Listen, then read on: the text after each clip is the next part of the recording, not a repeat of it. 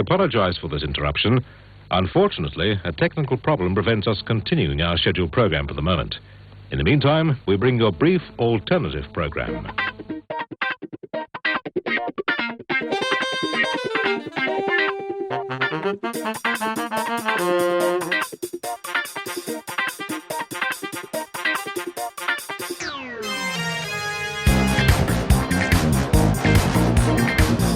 Thank you for your pina coladic rendition of our theme, Robert Holmes, and welcome to the episode that is Champagne Comedy Podcast, Episode 8, where we talk about the best Australian comedy show from the 90s ever made, The Late Show, and other D-Generation tidbits. My name is Matt, and welcome to the show, Alison, Daniel, Kim, and Prue. Hey. Hello. Wow, so we have one who's come out of lockdown and one that's currently in lockdown. Yeah.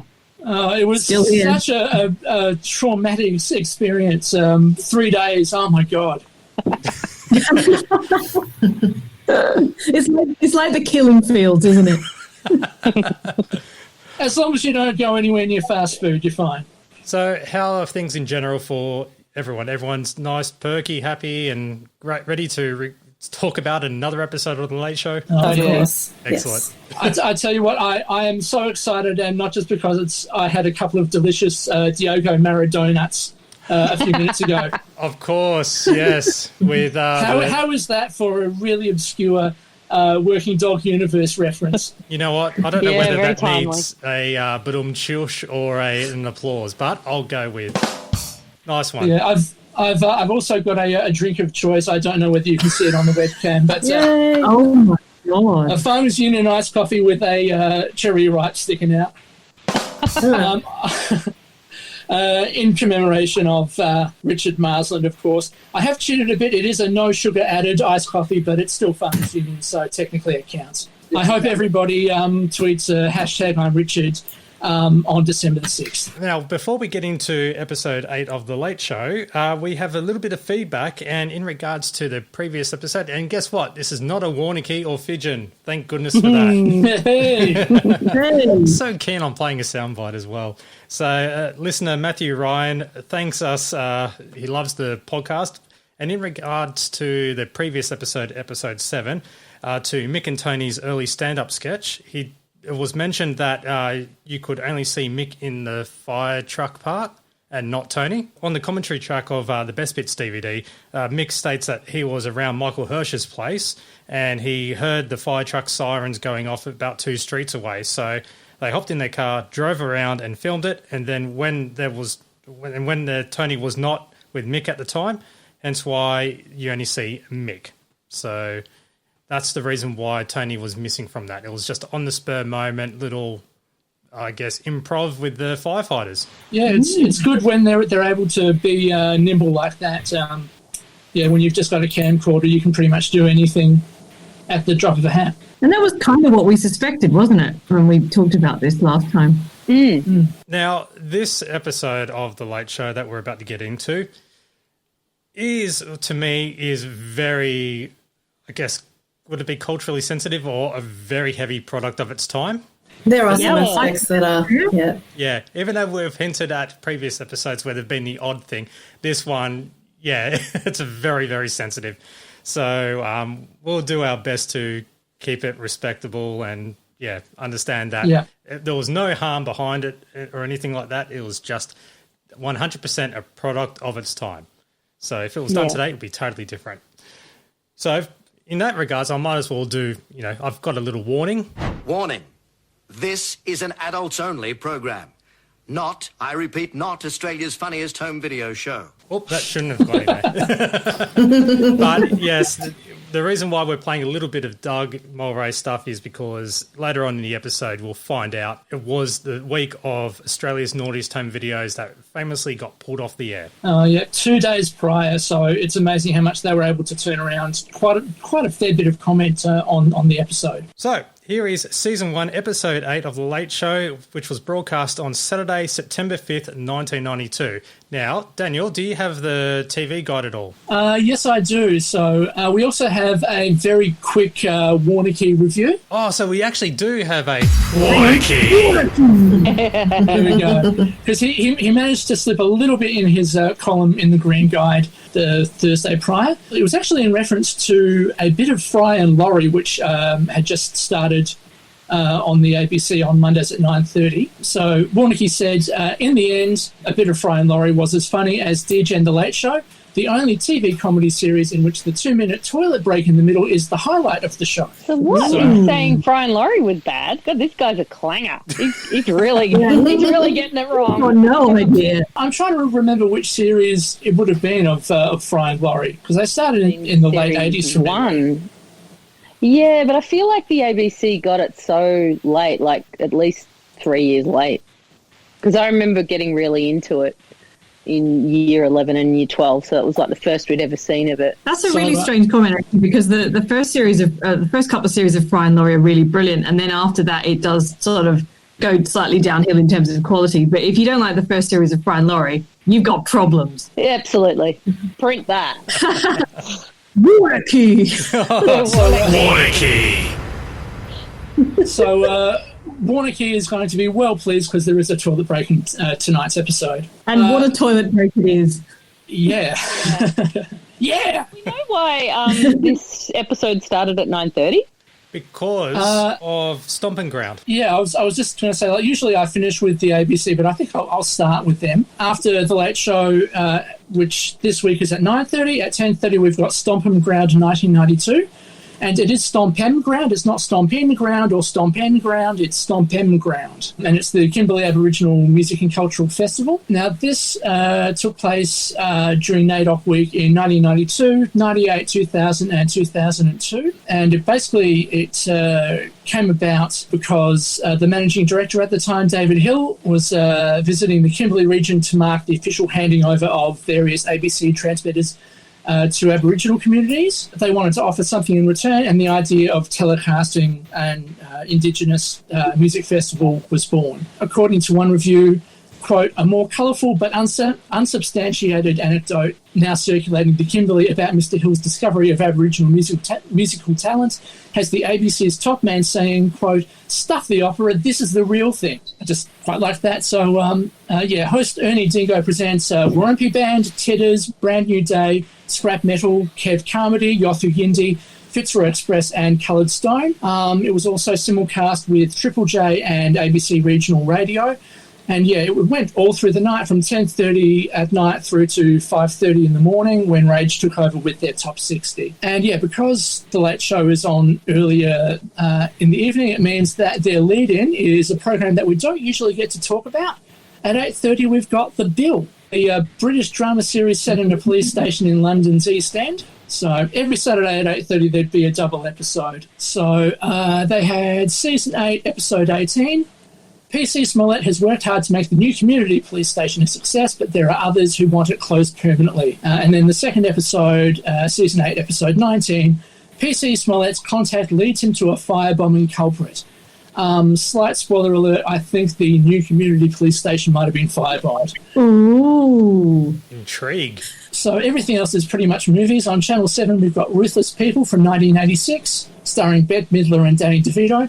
A man who was planning to murder his obnoxious wife is overjoyed when he discovers she's been kidnapped. On Channel 9, Hey Hey had Southern Sons, Glenn Fry, James Rain, Darryl Braithwaite and the Screaming Jets. And that was followed by a 1972 Western called Jeremiah Johnson, starring Robert Redford and Will Geer. The story of a simple mountain man who became a legend, directed by Sidney Pollack. Then over on 10, we've got a 1984 science fiction fantasy called Starman, directed by John Carpenter. Assuming the form of her late husband, an alien forces a young widow to drive him cross-country so he can rendezvous with a spaceship. I don't actually remember this one too well, but it's sort of like a science fiction romance from memory. Is that correct? Possibly. But I was going to mention before you move on, that Jeremiah Johnson movie is the one with Robert Redford with the meme looking very hairy on the face. You know, where he gets mistaken for Zach Galifianakis? Like somebody that's talking right now. Well, if you Google Jeremiah Johnson, Robert Redford, you'll see the image that I'm talking about. So that's the really common one where he turns to the side and nods his head and smiles. Gosh, Robert Redford. He's so podgy in that. Oh, well, yeah, he is podgy, isn't he? He looks like Bill Oddie. He does. It looks like an American Bill Oddie. Yeah. Wow. Last of all, on SBS, we've got 1957 Ingmar Bergman film called Wild Strawberries from Sweden, starring Victor Sjöström and Ingrid Thulin. An elderly professor recalls the disappointments of his life. Fun for all the family there. Sounds illuminating. All Swedish films have that plot. Well, the start of The Late Show, which was on at 9:30, opened with a very cold introduction, which brings us to this little teaser. You better watch out, because Beatles about. Watch out, Beatles about. Which I believe Channel 10 might have been playing it at the time, where Jeremy Beadle, the UK comedian, was doing his own version of Candid Camera. But it was very violent, which is why this sketch is quite funny. Well, I bet he wasn't expecting that. I had a word to my other half who's British, and I said to him, tell me all you remember about Beatles about. And he said that often the pranks on the show would be quite mean. Like he remembers one where there was a guy and he was like a plumber or something, and they made it look as if they tipped this guy's plumbing van into the local harbour. And so the guy sees his van going into the harbour and he just absolutely freaks out and starts panicking. And then Jeremy Beadle goes, oh, hang on, don't worry. We haven't put your car into the harbour at all. And then they point into the camera and they go, it's Beatles about, or something like this. And, you know, you sort of think, okay, that's kind of funny, but actually, isn't that really, really mean? Yeah.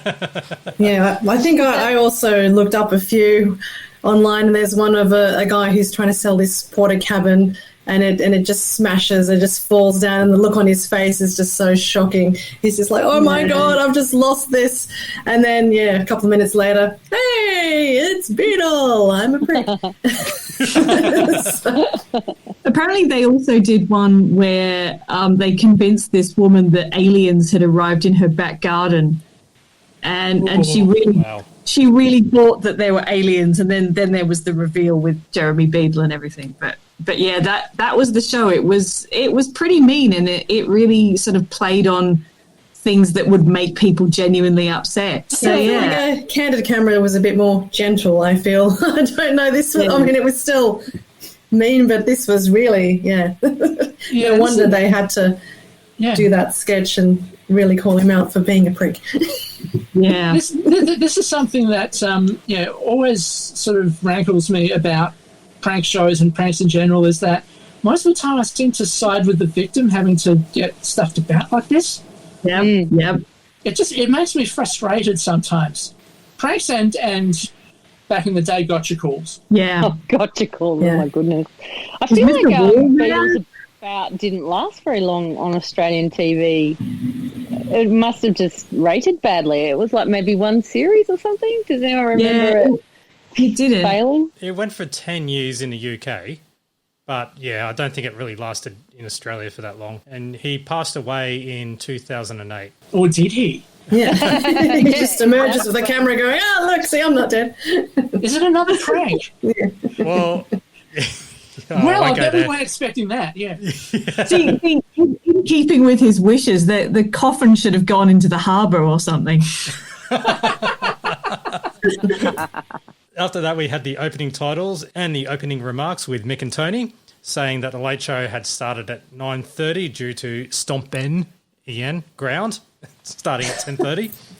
And Tony looking a bit nervous because he was storing the unwanted toxic waste for a week as it goes around the world, because, the boat that nobody wants. What a horrible news story. Like, what were they doing in the 90s, just shipping around toxic waste? Like, my goodness. Isn't it shoveled in the middle of Australia right now? Like buried Yeah, dead. probably. That's the problem with toxic waste. No one wants to take it, so it does get shipped around quite a lot. Speaking of toxic waste, that shirt that Mick Malloy was wearing was absolutely hideous. It looked like a nuclear holocaust. The thing is, even by the standards of the 90s, the stuff that the Late Show men wear in particular is dreadful because, they've obviously got a budget of about $5 each. So they sort of have to go to like Target or somewhere and get the cheapest stuff they can. I feel like that, though, was probably high fashion on Chapel Street in South Yarra. It's just that we don't fully appreciate it. Other than really bad fashion sense, there was bad TV, and Australia's Naughtiest Home Videos was taken off the air. And Tony describes Kerry Packer having a few mates over, bragging how he owns a TV station, turns it on to show it off, and he sees donkey's dicks. Donkey's dicks. So did you actually watch it when it was on? I'm pretty sure I was watching it when it all happened. Yep, I remember it because apparently with all the other stations around Australia, because I was watching it with the Sydney stream, and the actual ending where it was cut off is on YouTube. So someone's dodgy VHS copy of the announcer cutting in and saying, "We apologise for the transmission," as you heard at the start of the show. That one exists, and other stations, I think Victoria or South Australia or Western Australia, their ones were, they had an ad break and then it went straight into Cheers. So everyone copped an episode of Cheers straight after that. So they got a bit of Ted Danson. What would you rather have, Donkey's Dicks or Cheers? It's a tough call, isn't it? I wonder what jumper Ted Danson was wearing in that episode. Yeah. So, Mick and Tony had submitted their own videos, but they didn't get in. Mick's dog didn't take a dump on the pole. People walking by in the street, but they weren't naked. Mick's uncle Des, quotation marks, in the car with, he didn't get in because he didn't have a condom on his head. And a woman walking across the street, there was no boobs popping out. Those sort of things did actually happen on the Naughtiest Home Videos. If you look hard enough on the internet, you'll find Australia's Naughtiest Home Videos eventually aired in 2008. It was up against the Beijing Olympics on Channel 7, so Channel 9 were desperate. Yeah, all of that sort of stuff definitely happened. Like Australia's Naughtiest Home Videos seems to crop up a hell of a lot in this episode, and rightly so. I mean, this is an infamous episode in Australian TV history. Well, we'll skip to the news desk with Tommy G, and straight up, you have the Fijian Prime Minister arriving in Australia to traditional red carpet welcome, and they show footage of a twister floor mat. Lebanon residents perfects the Middle East's first full-functioning mobile phone, and it shows a footage of a car with a speaker on its roof, a la Blues Brothers style.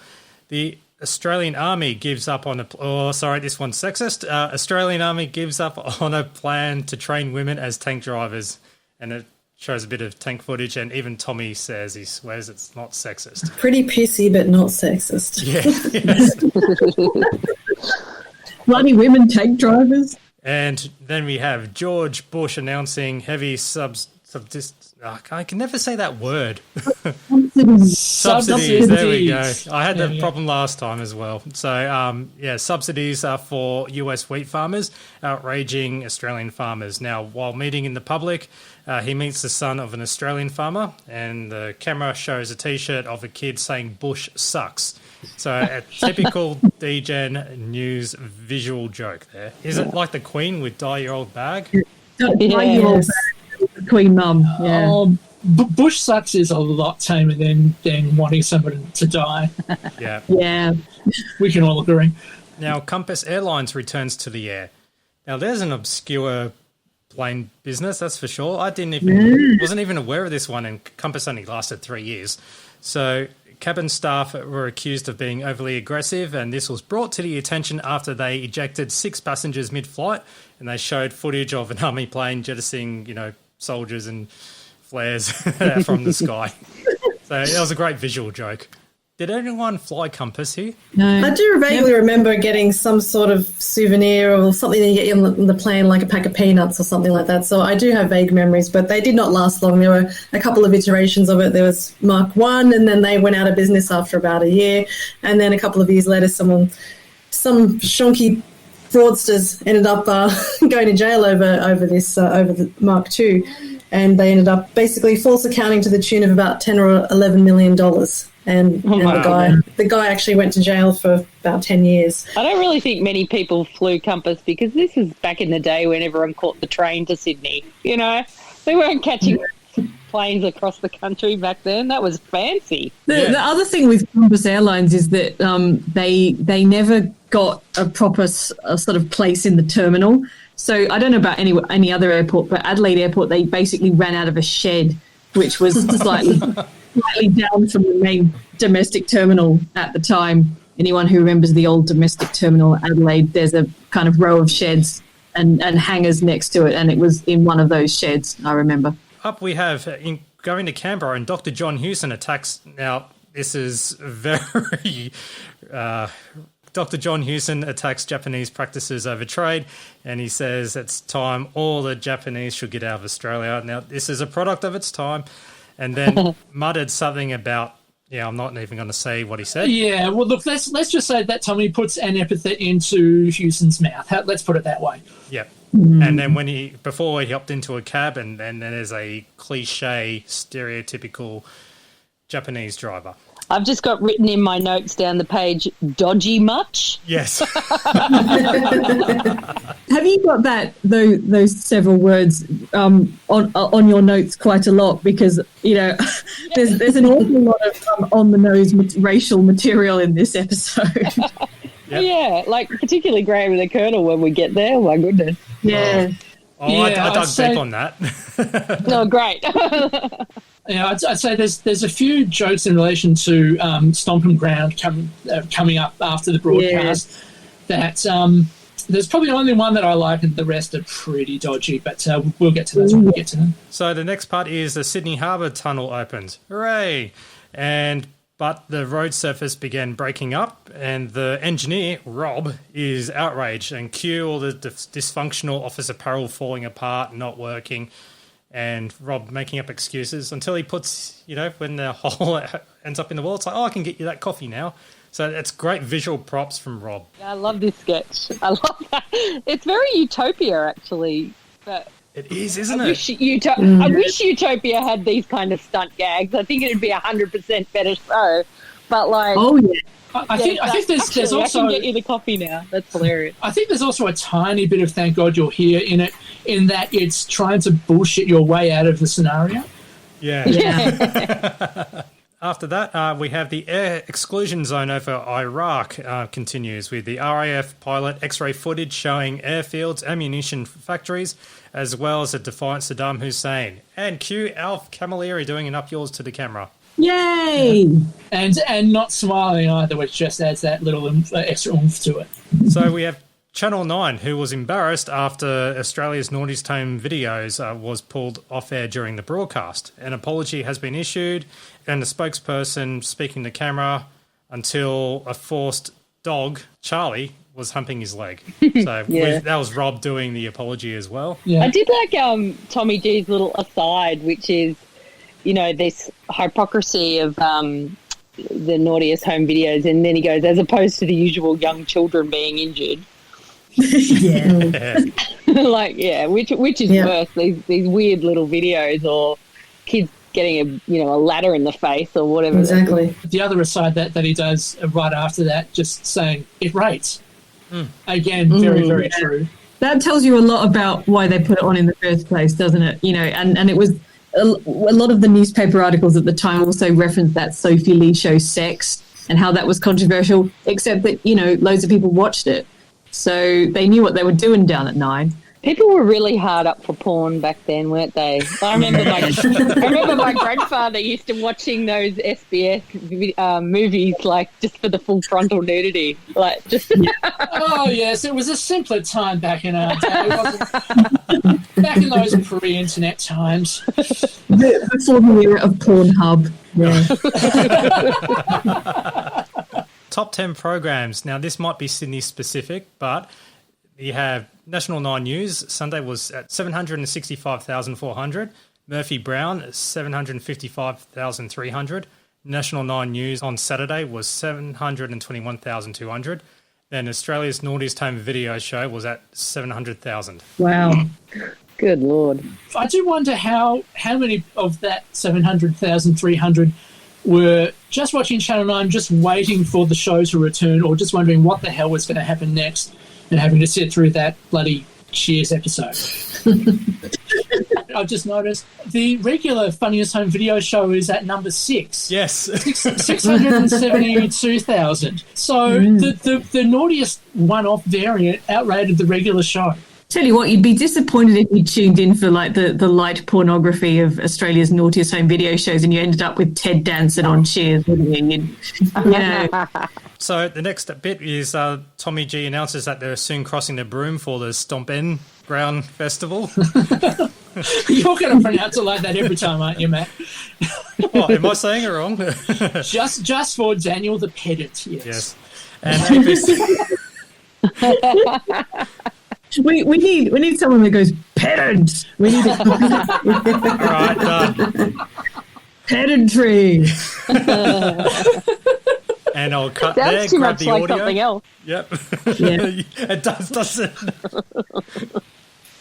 Fun times. Now the ABC says it's their chance to show a side of Black Australians that breaks free from traditional stereotypes, and I'm just going to skip to the rest of it until you see a really bad cover of The Seekers. I'm not going to say the. Oh no, I think we can mention this. I mean, basically they say that Stompin' Ground, is like has a lofty ambition, and then they cut straight to footage of what is essentially like a minstrel show, sort of a number from the 70s. Yeah, I mean, my jaw was just hanging open. Like, I mean, I guess they were trying to sort of point out the fact that this was once on TV, not in the too distant past. But and sort of point out the hypocrisy. Yeah, breaking down ethnic barriers and holding up a mirror to multicultural society. Yeah, I get the point they're making by showing the minstrel footage, and they show a bit of minstrel footage later on in the episode as well. But you just sit there going, I can't laugh at this. No. You can sort of laugh at the idea of an Aboriginal group being forced to play Georgie Girl, which is probably the whitest song in the world. Yes, exactly what I was thinking.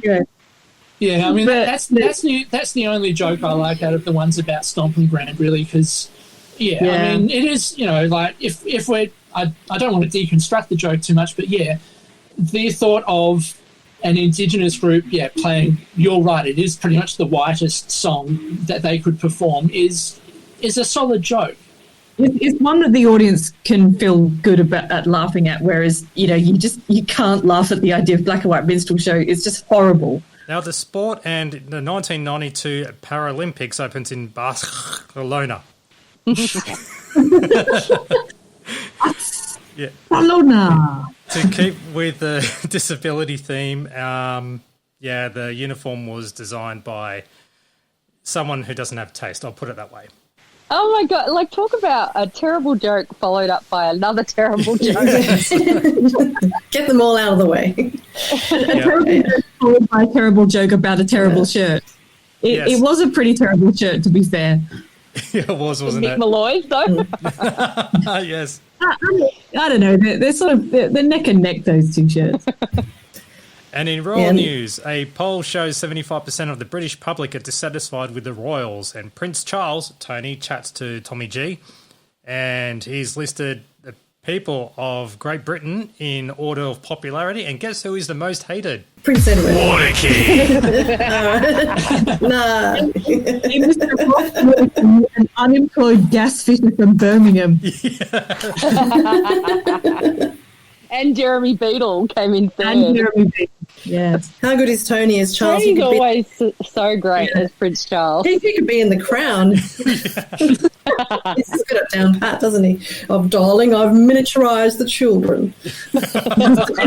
Watching. And it's funny because he's on the who's that? I think I've seen her photo on a biscuit tin. We've never been formally introduced. I think she was next to me at my wedding. I'm not too sure. Was this the Queen's horrible anus year? It was.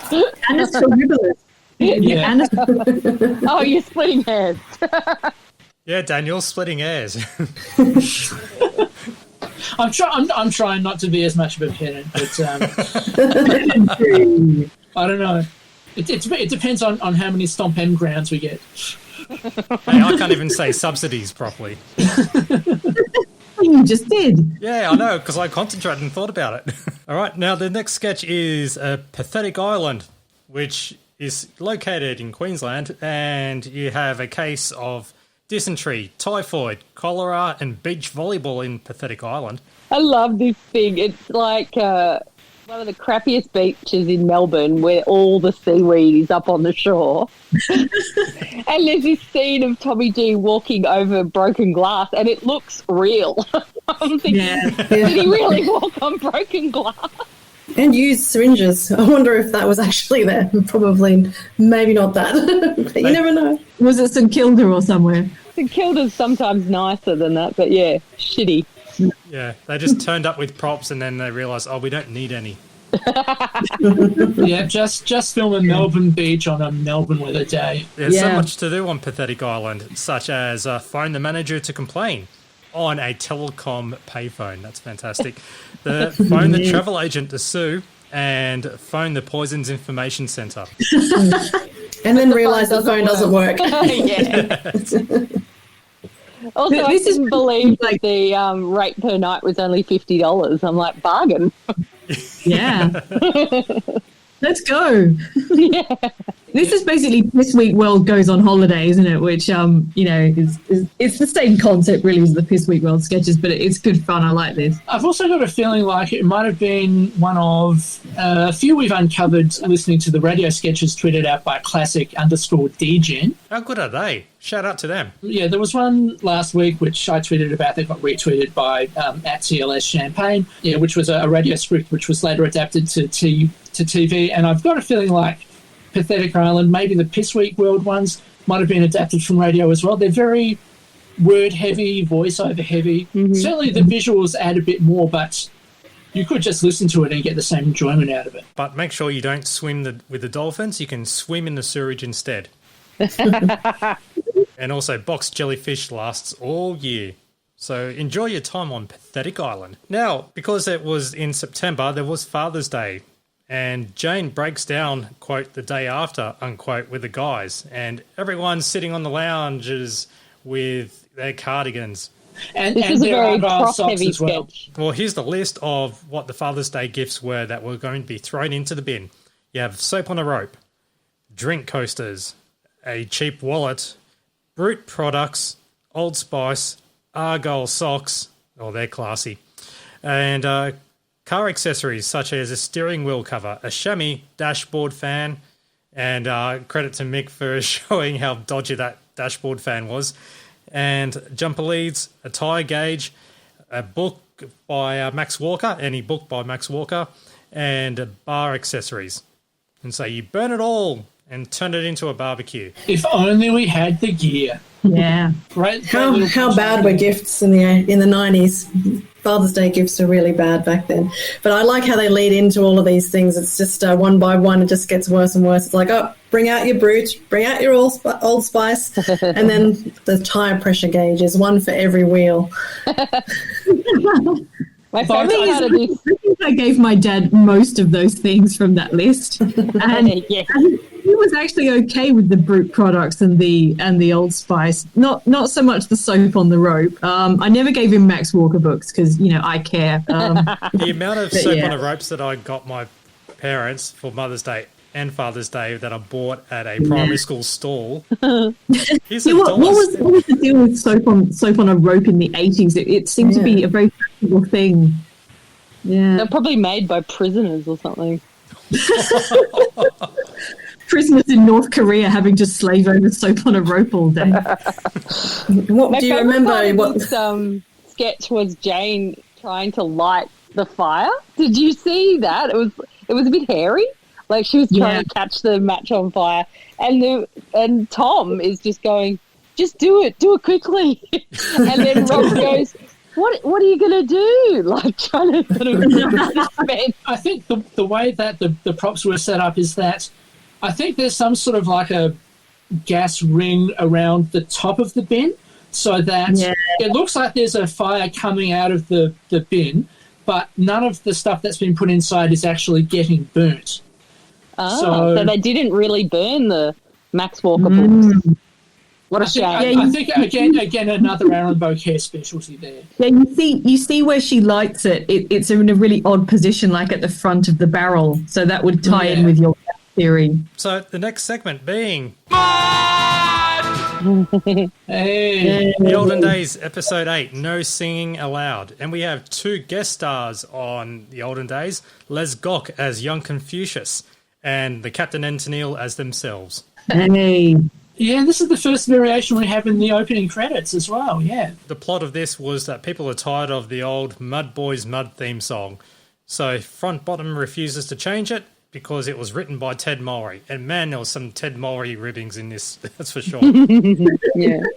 And the Mud Diggers decide to write their own theme, and Sergeant Alden steps in to stop Mr. Minogue from performing it. So, is there any relationship between Doug Mulray and Ted Mulray? Are they brothers? No, they're just good mates. And he actually performed the theme song to Australia's Naughtiest Home Videos. Wow. Ted Mulray. Okay. There's a line in here I quite like, which is that they when they want a new thing, they want something you can dance to, like Glenview High or Class of 74. I don't know how Glenview High goes, but Class of 74 was sung by Doug Parkinson from memory. My favourite line in this episode is, "It's a lie! It's a damn stinking lie!"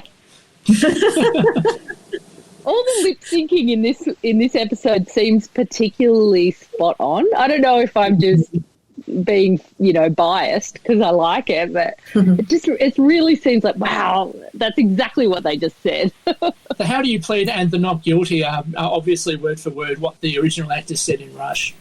Yeah. It's like the bit in Bargehouse, the "your place or mine" line in Bargehouse, which is what they actually said in the show.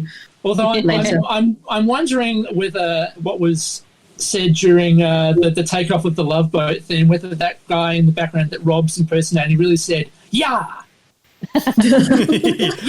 Yeah. The mud fields. Thank you. I was wondering when someone... Exciting and new. Yeah. Yeah. Off-key singing is still a hanging offence in these parts. God, scuffle awkwardly with that man. Oh, I didn't mean to say stinking. That's right. That's when the courtroom cliches. One of my favourite liners in this part when they're in the courtroom was the part where Mutton Chops agrees with the lyrics are bad and it's better than that Ted Mulry crap currently. And then, quote, Santo yells out, "Hey, I like Ted Mulry." I remember watching that live on TV and I could not stop laughing because that was just one of those liners that it just catches you off guard. Yeah. You weren't expecting such a staid courtroom scene to have such a out of place line like that. Poor Mr. Minogue was sentenced to a role in Holiday Island. Not Pathetic Island, Holiday Island. Yeah. So the next segment is muckraking, and Jason Mick have a black armband on their arm over the loss of Naughtiest Home Videos. Then they play some highlights, and when they played those highlights, quote, Kerry Packer, unquote, calls to take it off air, and Mick tells him to blow it out his ass. Yeah, because they're on Channel 2. I love that name, Channel 2. Me too. I want to reclaim it because it all I think of when I hear Channel 2 now is that Paul Murray uses it as an epithet whenever he's against the ABC. But Channel 2, it's something you should be proud of. Yeah. Remember in school we used to say Doctor Who on Channel 2? I thought I was the only one that, well, our schoolmates would used to say that anyway. Did it follow with "did a poo"? I can't remember. That was something else. You, Kim. There's a line in this muckraking which I need to draw people's attention to, which is Mick's talking about Sophie Lee and he wishes her parents had practiced safe sex, which of course is a reference to the sex show. But, knowing what we know about him and Sophie Lee, that's a strange comment, isn't it? Oh. Yeah, they were all together later in the decade, yeah. Yeah, as evidence in the Martin Malloy albums. You'll see as a shout out, thanks to Sophie Lee in the little font. Yeah, it wasn't that much. Yeah, it wasn't that much after he was talking about it, because I remember we were talking about it in school, like a couple of years later. So, yeah. Well, I was going to say, if this is going a little bit slightly off topic, but it's in regards to Doug. You'd think that with the Naughtiest Home videos, they would have learnt that lesson with Doug, because the year before, in 1991, he did actually host the midday show with Ray Martin, well, when Ray was on holidays. Now, I may censor this later, but I'm going to play the full clip. So if it's censored, that's because the jury has decided it's quite offensive. So have a listen to this. You think that Kerry Packer would have learnt his lesson with this? Well, we've had a huge response to Monday's show with thousands of calls and letters coming in, but Channel 9's decided to let me back on anyway. Today I'll be talking to Leslie Nielsen, who's an American with a sense of humour. A lovely change from Hall & Oates. Ooh, they were a bit offended by my Negro joke, I'm afraid. If I'd known they were so sensitive, I would have done the one about the half Negro, half Japanese. Did you hear about the half Negro, half Japanese? Every December 7th, he attacked Pearl Bailey. Oh, my God. Two ethnic groups for the price of one. I'll just check and see if I'm still on. Am I still on? Good. Now, that was less offensive than I thought it would be. Like the punchline, it could have been a lot worse. That punchline. You get the impression that Doug Mulray was one of those sorts of people who would really crack Kerry Packer up. Like they would have their long liquid lunches, and Kerry would be bent over laughing at someone like Doug. Because I just don't get it. Like why? I was always mystified by Channel 9 back then, and I just think, why was that guy on that show telling jokes like that, There's a really nasty streak in a lot of Channel 9 program, which is basically it's being mean to the public in that sort of slightly Jeremy Beadle way of pranks and but also we've got the right to be racially offensive, as we saw with Hey Hey It's Saturday and the Blackface Act, and they just feel that it's their God-given right to be mean and racist. A lot of Channel 9 programming, and Doug Mulray, he was sort of one of those people in that group, really, wasn't he? Yeah, and just Channel 9 had so much power because they rated. So. Yeah.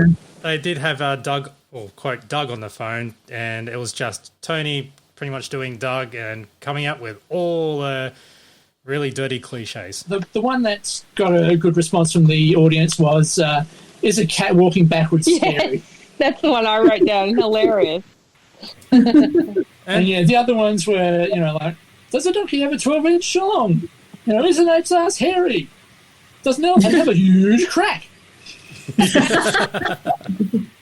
And I love the bit at the end, going to have to cut you off now. Yes, well, I'm used to that. The show was on at 8:30 on a Thursday night, and in previous weeks, as the muckrakers acknowledged, there was Sex with Sophie Lee. We had the Elle special. The week before Naughtiest Home Videos, there was Diana Tears of a Princess, which I'd say was probably linked to the latest scandal that had happened to do with phone tapping from memory. Yeah.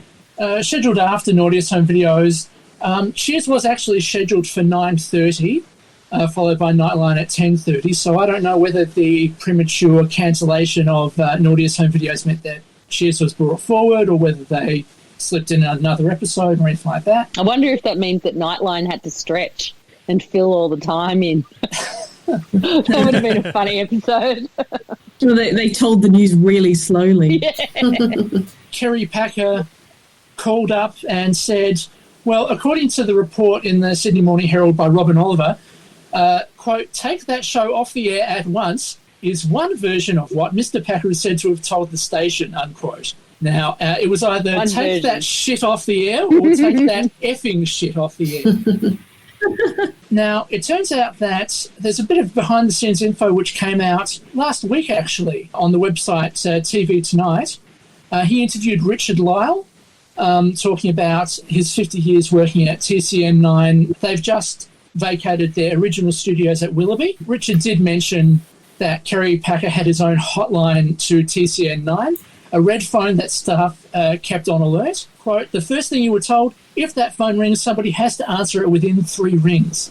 If he had the slightest complaint, it was escalated if the phone hadn't been picked up within the first 3 rings. Richard Lyle credits the calmness of Channel 9's Helen Cashman, who took the call. Quote, to her credit, she always said he was perfectly polite on the phone. He just wanted that show gone. She said the next day I got the most enormous bouquet of flowers I've ever seen in my life. So, I don't know, somewhere between all those different accounts is the truth. But, I think take that shit off the air. That's the one that does it for me. There's, I'm just reading through some of the letters to the Green Guide or whatever they call it for the Sydney Morning Herald. If, as reported, Kerry Packer pulled the plug on Doug Mulray's filthiest home videos, he has earned a heartfelt thanks from a decent-minded Aussie. I hope that Ray Martin has got the message. I do not want to see Doug Mulray ever again on the midday show. Thanks, Ray. And that was from Paddy Cullen of North Strathfield. I was always under the probably very false impression that it was just a big stunt, like it was a shitty show and then they pulled it off air halfway through and made a big hullabaloo about it. But, that was their intention all along, to just, whip up this frenzy of outrage. I think it was a week shy of 16 years when it did show up in 2008. And, it was introduced by Burt Newton. Probably not his finest hour there. Doug Mulray didn't want to have anything to do with the revival. I was just wondering if we could maybe put this to our listeners. If you were Kerry Packer for the day, what TV show, past, present or future, would you want taken right off the air? I would be really surprised as to what our listeners would say. Alan Jones live. Maybe this is something we could read out on the next episode. Shoot us an email, champagnelateshow@gmail.com, or send us a tweet at TLS Champagne. We can go from there. I'm going to go for Haldos versus Virus, which I obtained via the internet, and my goodness, what a program that is! I must admit, I've got that saved on my DVR. That and the other program, which is after it on 7 Mate, regular old Bogan. I haven't watched any of them. The Bogan one's all right. The Haldos versus Virus is probably one of the worst programs I've seen for a long time. So enjoy. Well, the next segment being the first episode and first appearance of Shirty the Slightly Aggressive Bear. Yes. And they're celebrating Finger Painting Week, and they have little Toby, and he's joined by Jane and Shirty, which Toby is fascinated with Shirty's fur. And that's so unnatural, isn't it? Yeah, so much so. He's sort of touching up Shirty it's the old panda costume from, was it Adventure Island? Yeah. And Shirty proceeds to, oh no, Toby fell and had an accident. Do we think it's Rob in the costume? Or is that something that was revealed to us one time? There's a rumour, or neither confirmed nor denied, I think. And there's that running joke, Russell Crowe down the track, but that was maybe around Romper Stomper era. It's very Rob-esque, the movements and comedy. You've studied him closely. Yes, indeed. But also, can we talk about the insane skivvy that Jane is wearing? Yeah. And the costuming for her is just hilarious. Same with the dodgy wig. Oh, yeah. And the pancake makeup, it's just all over. It's like a really cheap cross between Brooke Vandenberg and Sia. That's a fantastic comparison. The next segment, Rob, Tommy G and Santo are on the couch, and they, Rob starts taking the piss out of Santo, saying Santo has combed his hair out of respect of their political heroes, former South Australia Premier John Bannon. They were still somewhat dressed up from the Father's Day sketch. I like the line, that represents the pissiest thing we've ever done on this show. Doing your hair like John Bannon. Yeah, and they say he was the Premier of South Australia. They say he resigned / might have been pushed. I haven't done too much research about this, but this would have been over the collapse of the State Bank of South Australia, which happened in 1991. Yeah, I mean, up until that point, he'd been a hugely popular premier, and he was premier for 9 years. And I remember hugely popular guy, and the State Bank thing. that just killed him. Somewhat like from the first or second episode of the Champagne Comedy Podcast when we were talking about interest rates and and so on. Talk about interest rates. But I feel like the interest rates discussion has been the most divisive and most commented on ever. All right. It feels really wrong. Now, Tommy points out that after it's taken 8 weeks, but letters have finally been coming in, and Sharon, Karen, and Gary of Fairfield have a serious complaint.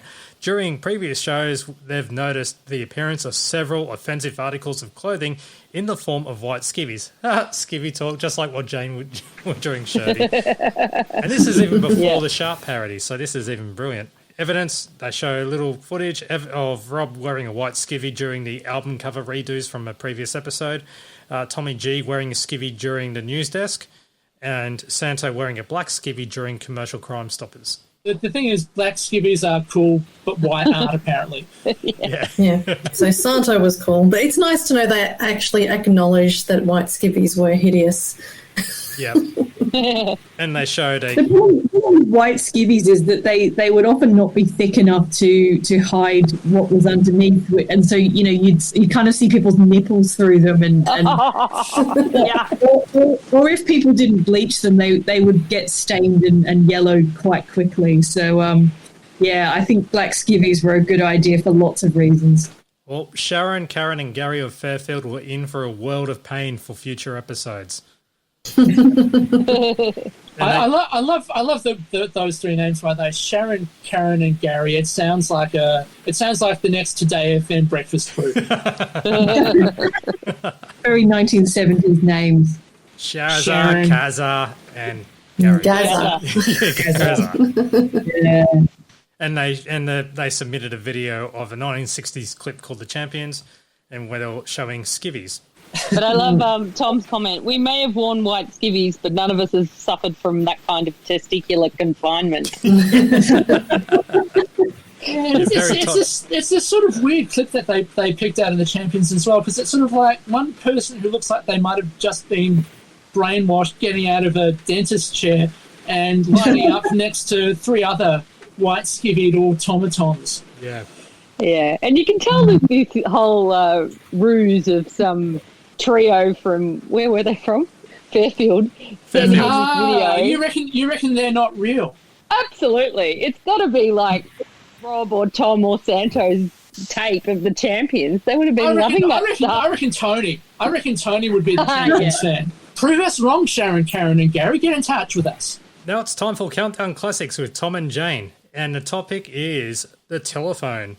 And they start playing the samples of each song, such as ELO, Telephone Line, Stevie Wonder, I Just Called to Say I Love You, City Boy 5705, and everyone's favourite, Jenny 867538999. Tommy Two-Tone. Yep, Tommy Two-Tone, yes. And so Tom and Jane call the number and, quote, Jenny answers, unquote. And as well, Paul Evans, hello, this is Joni, the answering machine. Sorry, open brackets, the answering machine song, close brackets. Have to get that right. I love this whole thing with the prank call that you just said that they did, and then they heard someone answer it and they freaked out and they hung up. Yeah. That is exactly how it went in the 90s. That you'd think, oh yeah, we'll do prank calls, and then someone's grandma would answer the phone and you'd go, oh, don't worry, bye.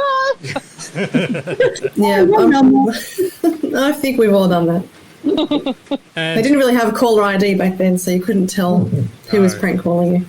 And they also played ABBA Ring Ring, where they start doing a dancing rendition in front of the screen, and they freak out when Bjorn's face comes up on the screen. But also there was an unnecessary warning from Tommy G about Frida in the snakeskin bodysuit. I thought, oh, come on, she looks awesome. You don't need to warn us about Frida. She looks great. There's also a line in this Countdown Classics that I like that comes from Jane, which I had to transcribe. She says, quote, all right, now, Tommy, speaking of putting your legs together, do you remember that girl who you used to go out with ages ago? Yeah, I love the way they addressed his man spread on the on the beanbag. They'd obviously got feedback about that one. So the next segment is Piss Week World Fun Park. And I'll just go straight through the list here of Piss Week World Fun Park. We have travel on a real golf buggy, dodgems, which are wheelbarrows, get dizzy on the spin around, or basically spin around, sorry. Ride on the rotor, which is a hills hoist, the Hall of Mirrors, which is just one body length mirror, roll down the slope, which is just That was the best one, yeah. Just a steep backyard. Mini golf, putt-putt on a blanket, which was on the slope, and test your aim, which is empty booze bottles behind the fly screen. Yeah, I love the Piss Week kids on the hills hoist, the way they kick Tommy G in the back. Great inspiration for lockdown this year. You recreate your holidays and Roll down theme the parks. Now we have Mick and Tony presenting the first segment of Sink the Slipper. Another premiere. Yeah. So who would Mick like to boot up the arse? Paul Keating? Pat Cash? Perhaps. Fergie? And Paul Grabowski? With 2 boots. Yeah, 2 boots. Yeah. And a little fat kid from Hey Dad? Perhaps. But the one person that they got is the arse of Bruce Ruxton. Yay! The reasoning, because Bruce released this rap single. I like Australia for Australians. I can't understand the stink. My name is Bruce Ruxton, and I'll say just what I think. That's legit, and that's the only part that we're going to play from it. Yeah. The full version of this is available on YouTube if you want to look it up. But listening to it, it does feel somewhat like you're listening to a hate crime. It is it's pretty offensive, I would say. I found it shocking that he was wearing a Triple M jacket, actually. Did you see that in the Triple M clip? bomber jacket, a la Jane Kennedy on Kennedy Malloy. I was wondering if maybe this was the Triple M breakfast show or something had maybe got him to do this rap, because I couldn't think of any reason why Bruce Ruxton would suddenly do a rap song. It felt like maybe Triple M had kind of dared him to do it or something. And, I also can't imagine why he'd be wearing a Triple M bomber jacket for any other reason other than he's doing it as a promotion for the station, Okay, I can answer a little bit about why this rap came about. Okay. The rap song was made to raise money to restore the Shrine of Remembrance in Melbourne. Right. Yeah, like at the time, in fact, until 2002, he was the chairman of the Victorian RSL. Honestly, I don't know whether to tweet that one out or not, but if you simply YouTube Bruce Ruxton rap, you'll find it pretty easily and have a listen to the it. Whole thing. Yeah. The whole thing there. Yep. So there's a line in it which is where he talks about how he's doing the techno Ruxton rap. And I'm thinking, hang on, that's 2 entirely different music genres, So it's a very, very weird song. I can't imagine who would have bought it. Well, I feel mixed about it now because the Shrine of Remembrance certainly got its upgrade, and it's a very fancy place to visit now, so... Yeah. Well, the article that I've got is from the Sydney Morning Herald Stay in Touch column. It goes, "We warned you some weeks ago that Bruce Ruxton, chairman of the Victorian RSL, was threatening to put out a rap song to raise money to restore the Shrine of Remembrance in Melbourne, but you probably thought it was a flight of fantasy. Not a bit of it. Not only do we have photographs of Bruce when he recorded the video recently in somewhat uncharacteristic garb, although he did manage to keep his suit on, we also have the full lyrics of the song put together by a Melbourne comic called Vladimir Green. They maintain the tradition of all serious rap artists of being thoroughly offensive. To Paul Keating, the Japanese, the New Flag Lobby, at least one state premier and Asians in general, and perhaps some others we missed, we give you a verse of the Ruxton techno rap, although we had to skip the final chorus, which sums it up. If you want to be unpatriotic, you had better look over your shoulder, because here comes Uncle Bruce to crush you like a boulder. The embarrassed man who supplied those lyrics asked us to tell you that this gem can be heard if you dial this 0055 number at $1.40 for a 2-minute call, or you could hold your breath until around September 17, when it emerges, writs and public outcry permitting, on CD. Oh, wow. So there you go, a number. glowing endorsement from the SMH. Well, It's not a good rap song. I'll give them that. They are absolutely right. It's a bad song. Yeah. There were some hilarious lines in Sink the Slipper. Can we just take a moment to exult in them? So I've got boot up the poot chute, and they're all going to cop one up the dung funnel. That was my favourite. All of those synonyms, they're just gold. And I believe, I can't remember where I heard it from, but the person who represented the arse was usually Santo. Really? He must have had a pillow up there. But you could see there's some padding, some butt-shaped padding on the arse in question. Although I don't think it would have had any protection against that first kick from Mick, which was really hard, and you could really hear the ooh from the audience at that swift kick up the date. Mick was really going for it. Tony was mainly hitting the sideboard. Yes. Yeah. There's a lot of people out there just begging for a swift hard one to the back door. The Bruce Ruxton analogue cops it for the single, for the video, for being a hopeless parody of himself, for his shonky comb-over, for being an old bastard that everyone hates. He's certainly not the last one. And most offensively, for the Bruce Rump character. Yeah. From, they mentioned Fast Forward, but it originated in Australia, You're Standing in It. Oh, yeah, Jane just says, I feel kind of warm and fuzzy after that segment, watching Bruce get the slipper sunk into him. The next segment is Toilet Break with Jane and the Natural 7 with Son of a Preacher Man. Somebody wake Jane's up Ross comment. Warnicky. Yeah. Warnicky! There we go, he's awake. So, yeah, some great choreography in this one, actually. It's quite... I didn't mind this performance in the Natural 7, to be honest. I was really into this. It was like a very groovy number. I think sometimes the Natural 7 sort of flex their Tony Bartuccio stylings, you know, they really go to town on the dance. You know, it's really out there and you can't help but love it.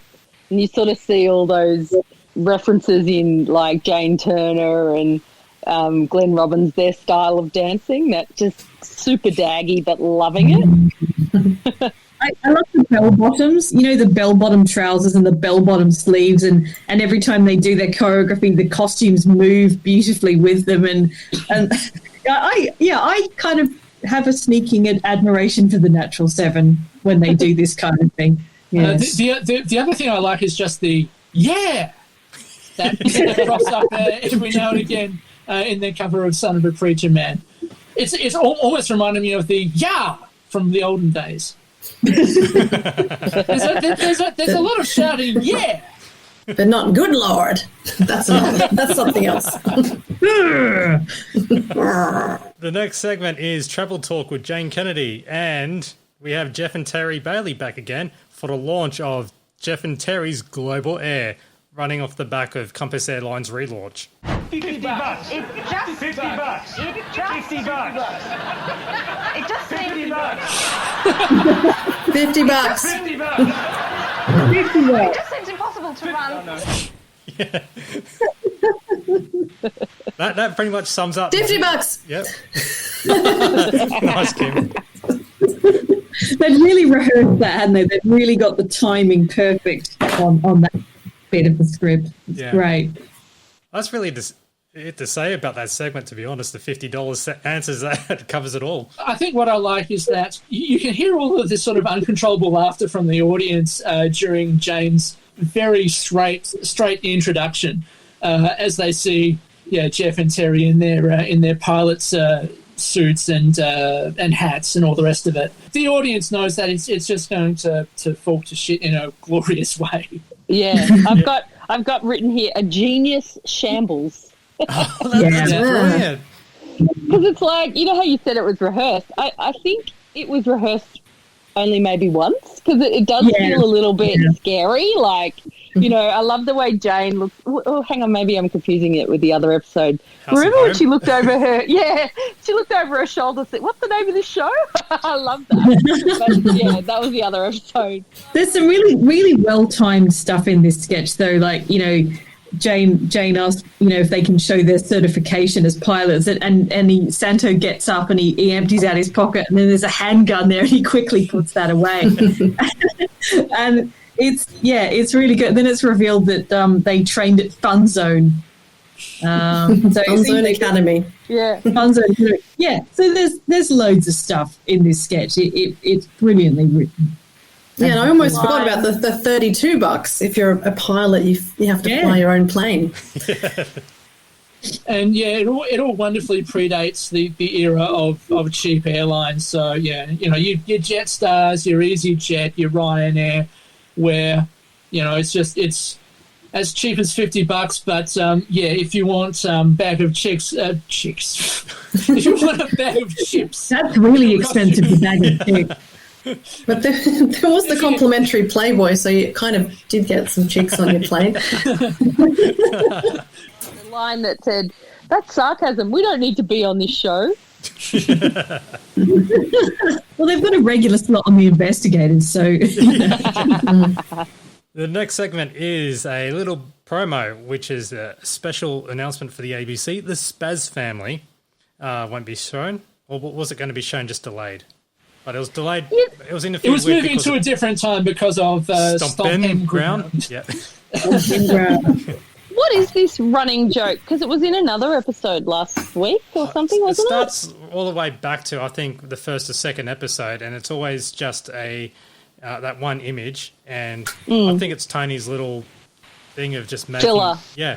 Yeah, I think it was just come up... Yeah. The images from one of the album covers that they show early, and then, he just sort of reimagines this album cover as a family sitcom about a family of piano accordionists with the surname Spaz, which by the way, is a real surname from Europe somewhere. Yeah. Oh, dear. Wow. I'm sure they pronounce it Spars, though, probably. They probably pronounce it Spars. Okay, Spars. Well, Marjorie fights with Dennis, and Norm is finally coming to terms with the declining popularity of the piano accordion. And now we have Tony addressing the audience, and the topic is Father's Day. So he talks about his father, who claims he's a bit of a, quote, after-dinner speaker, unquote. Somewhat of an after-dinner speaker. Yes, in that tone, yeah. And Tony's grandfather, who is turning 70... or in 1992, shows off the fashion of a 70-year-old, which is a beige jacket, brown slacks, shonky hat, and brown shoes. I like the way men in white coats will come round, take all of your clothes, and just leave the beige gear. Yeah. Because he was quite a well-dressed man beforehand. It's just the moment he turned 70 when it all went beige. Oh, God, we've all got that to look forward to, you guys. Oh, yeah. Yeah, so how many more years till I'm 70 is probably the amount of years from when The Late Show first aired. Isn't that right? That's a bit scary. Yes, only another years, yes. Yeah. I think we should all buck the trend, and in our 70s we should all dress like the natural 7. Oh, done. Very easily done. Yeah, stylish. Bell bottoms, silky tops, have a great time. Riding a heat wave, yes. Yeah. Who's with us? Yeah! Well, we have Commercial Crime Stoppers with Mick and Santo, and it's Ladies Edition. So you have a couple of commercials. Yes, there we go. Are you feeling hot and flustered? Yes, that's for later on. Pretty amazing thing with this one. Oh, yeah. We'll get to that shortly. So we have the first commercial is a weight loss centre with ugly cellulite. And Santo looks up orange peel thighs in the medical dictionary. I don't think you said that phrase ugly cellulite in as menacing a way as the voiceover in the original commercial, because it's sort of like... Ugly cellulite. Yeah, there we go. ugly cellulite. It's sort of like... It makes it sound like a serial killer. But other than love handles, bar jars and wobble bottom... doesn't exist in the medical encyclopedia, not dictionary. My apologies. Yes, I have here Dolly magazine from 1992, and I was trying to find. I think cellulite was probably for slightly older ladies rather than teenagers. But even in this magazine, there is an ad for the Clarins products, which are also aimed to target cellulite. So even back then, impressionable teenagers were basically being body shamed and to think that their cellulite is really bad. So while you're in the shower, you can try Clarins' unique multi-mass mitt to duplicate expert massage movements. That's the equivalent of that brush that they had in the ad there. And another product for dimpling or sponginess, also called cellulite, on the body is Clarins' body shaping gel. Apply it night or day to problem areas like hips, thighs, tummy, and even arms. And then they talk about firming up your bust line, which is in a magazine for, 13 to 17-year-olds, which is, So this was an advertorial as well. So it was an advertorial, so it would have had, an editor would have looked over that as well. So that's a bit disturbing.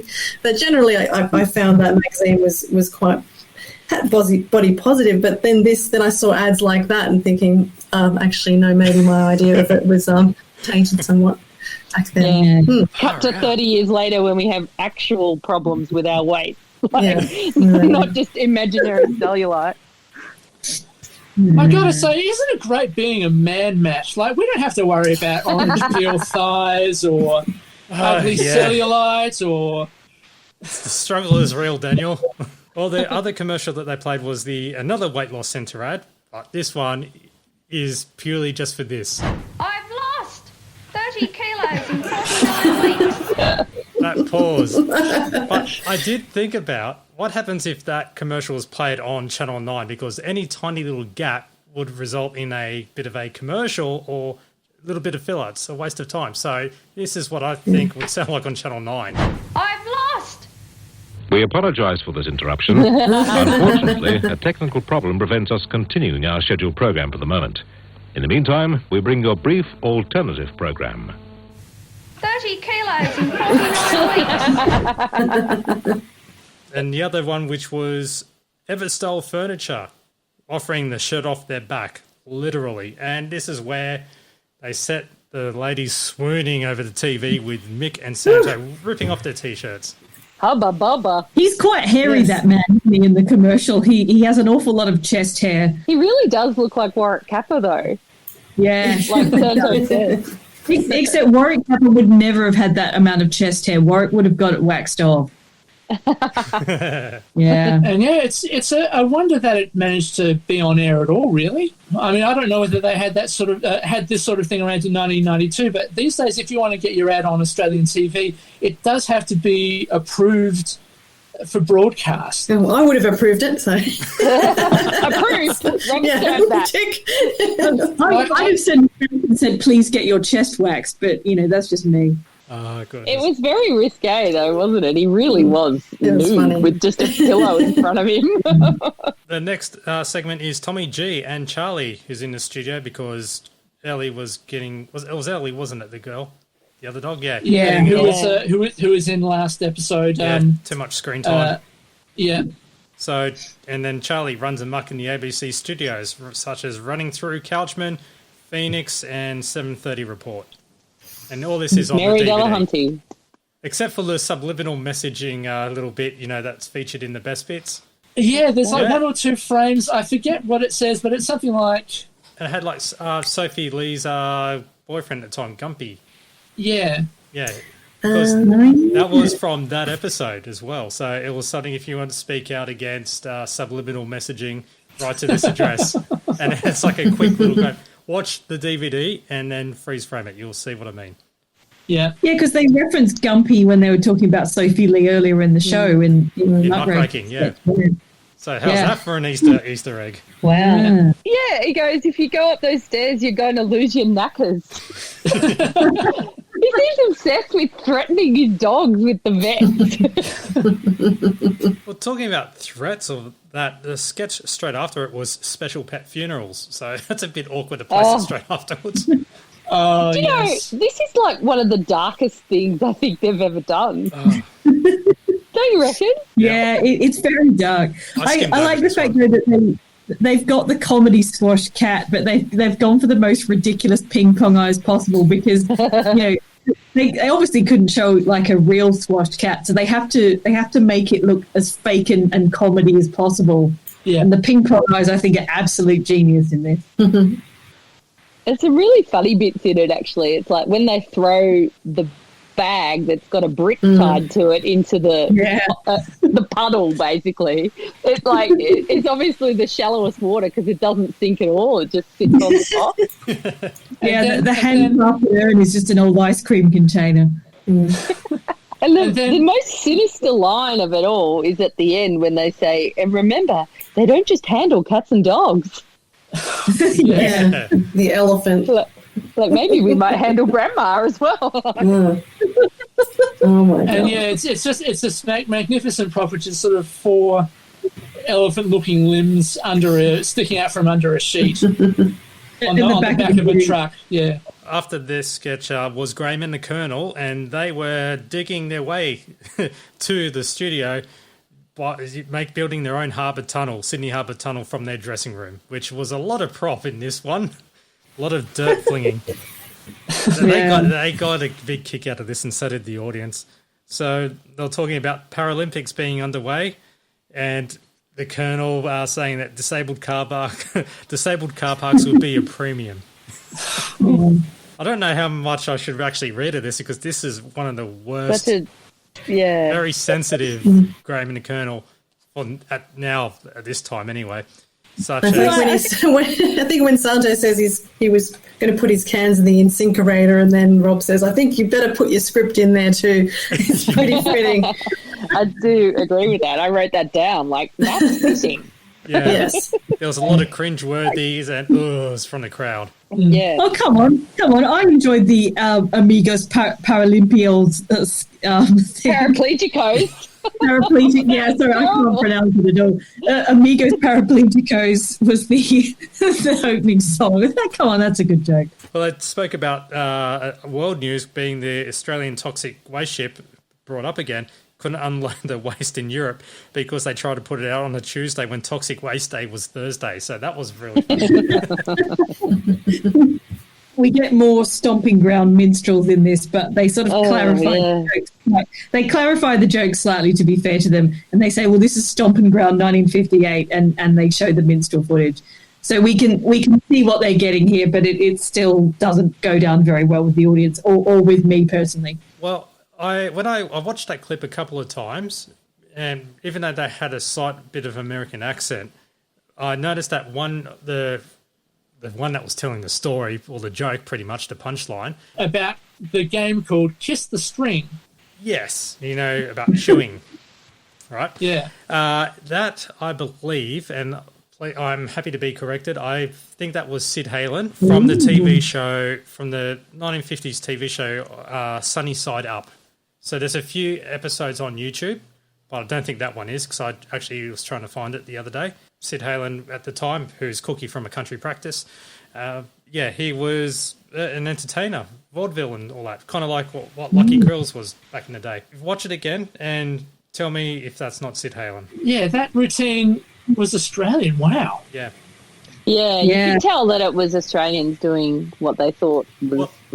If you YouTube Sunny Side Up and watch an episode or two, then you'll go, oh, yeah, that looks like it. It's like that. Pretty style. similar. Yeah. And you know what? Yeah. Then the next bit with all these jokes about the Colonel's wife, that was really dodgy too. Like, she won't allow me to sleep with her.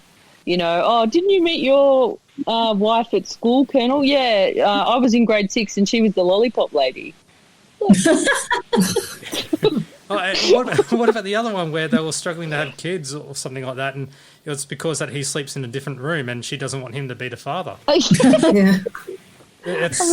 Yeah. Really, what were they on that night when they were writing that? Entered on that very weird gag there about kissing the string. I mean, if you take all of the minstrel stuff away from it, it's a very shithouse gag, really. Product of its time. You do a little soundbite for that. I'm going to make a sting for the next episode, That's 2 stings I've got to do. Products of its time. All right. It's going up against the Warnickies and Fidgeons. We're doing too many of these stings. We've got too many now.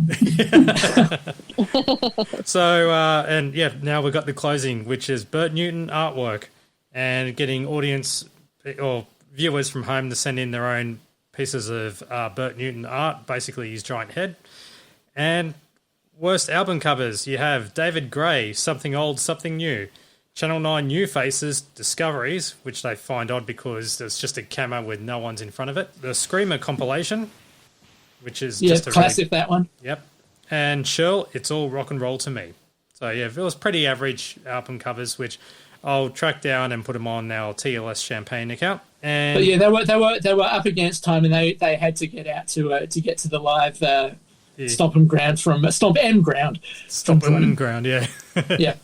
You could see the floor manager doing a countdown. Yeah, you can see Annie Maver counting down. Yeah. And then you have the audience tickets after the closing, which, Graham and the Colonel, mainly the Colonel throwing dirt at Graham. And then Graham having to remove his hairpiece. Yes. I guess that wraps up that episode. And now I do have a giveaway. So hopefully this encourages people to submit their favourite quote or do their own impression of a quote from The Late Show. So far we have 4 entries. Hooray! There we go. Yeah, that's it's like out of our 10 listeners, 4. That's pretty good. Yeah, and that's including us. Yeah, any marketing person would be happy with that conversion rate. Well, I was kind of saying that I did have an album, the used album of Ripper to give away, but I actually found something quote decent, unquote, which is I'll just shake it in front of the microphone. Any questions for Ben? DVD unopened. So let me save you a trip to the bargain bin and $5. There we go. Yeah. In fact, the postage is worth more than this DVD. There we go. You think you're getting some bargains in the Black Friday sales? This is just in exchange for sending us your favourite Late Show line. Yes, indeed. You can watch pretty much a story that's based loosely on Rob Sitch's early life in his 20s, I believe, and you get to see Ed Cavalier in peroxide hair. So, and Rob's also in it, because he'll be in the newsletter. See, there's a quote from it. So these are a summary so far of what has been submitted. You have listener Lance. I made love to her like a tiger. Like a tiger. Sebastian. Good day from Dominic. How are you? No, miss, mister. Hey. Ladies and gentlemen, do you believe in mental telepathy? No, I hear you think. Santa the Magnificent. And we have a new one from Daniel Hopmans. You can say what you want about me. I may be ugly, but at least I'll never be ugly as an angry Weber. Oh, I love that one. Yeah, so it's a lead singer from the Crash Test Dummies. Doing Amigos para Siempre. Yeah, I just want to congratulate all 4 of them. It does take guts to do something like that. So, especially on a podcast. Yeah, so all 4 of you are up to win this DVD. It's sealed too. The bar has been set. Yes. Whether it's been set high or low is up to your opinion. Yeah, I was going to do something with it for the last episode of the year, but you know what? I'm going to do it to the entire season. So once we get to episode 20 of the season 1, so therefore you got more entries. And if you're lucky, and if I find some money as well, I might add some more to the prize pool. So, yeah. So okay, I'll throw in that record. So you got the Ripper, which is a pre-loved bit of vinyl, and any questions for Ben, loved but unopened. So it's just been sitting on the shelf. An op shop glad bag. Yes. So all you need to do is send your best impression or best or worst, whatever way you want to do it, to our email address, champagnelateshow@gmail.com. But if you're unsure on how to send it, just send us a tweet at TLS Champagne. All you need to do is record it on your phone as a voice memo, or whatever recording device you have. If it's on YouTube, I can always get the audio from there as well. Send it to us, and then we'll put you in the entry from that. And, yeah, I will promise I will build up the prize pool, okay? So we have until, I guess, episode 20, which we've got another 12 episodes to go. Yeah. I hope some women will enter this because I'm disappointed at the lack of female contributions so far. There must be some funny lines from Jane or Judith that people could contribute. So, come on, ladies, let's do it. Yeah. Even if it's I've lost. Yeah. Not Mr. Miss. We want not Mr. We want Miss. Yeah. You're shocking, but you're not young. Yeah. That's right. And even something about discussing the bus trip to Barrel as well. Yeah. There's plenty of them. So, please shoot us an email, champagnelateshow@gmail.com, and can go from there. So they can even record it on a cassette and post it in if they want. And speaking of cassettes, we can talk about the archives. Yes. Congratulations to Tony and Mick for entering Martin Malloy into the Sounds of Australia archive for the National Film and Sound Archive. So, yay, well done.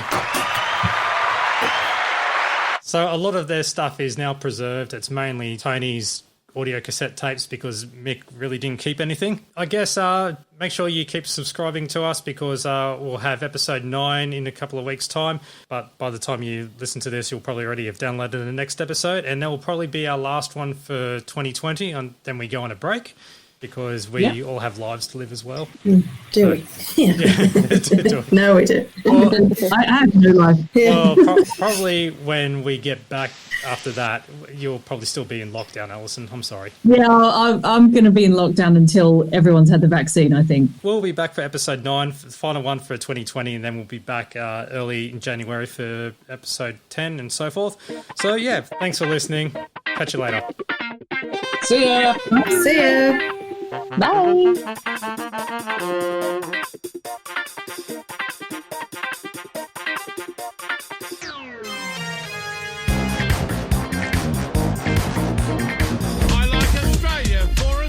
I can't understand the stink. My name is Bruce Ruxton, and I'll say just what I think. Thank you for listening to the Champagne Comedy Podcast, created by fans for the fans. For more information on this podcast, please visit champagnecomedy.com. Produced by Matt Fulton Productions, mattfulton.com.au.